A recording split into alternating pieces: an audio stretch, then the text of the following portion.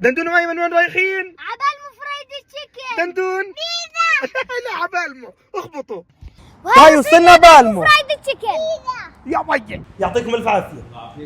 بدي وجبتين اطفال، واحده للدندون واحده لايمن، وشيكر بوكس وتشيكن باربيكيو فيليه. وراح نبلش اول شيء بوجبات الاطفال، سعرها دينارين، بيجي معها 2 ستريبس، فرايز وعصير ولعبه. وهي ستريبس للدندون وستريبس لايمن. ايمن بشو حاب تغمس؟ جارليك. وانا بالباربيكيو. وبنقول بسم الله. ما شاء الله عن جد زكي. ودور شيكر بوكس بكون فيه 9 قطع، سعره دينارين ونص. وتركت ايمن والدندون ياكلوا الوجبات على راحتهم، وبتختار الصوص اللي بتحبه.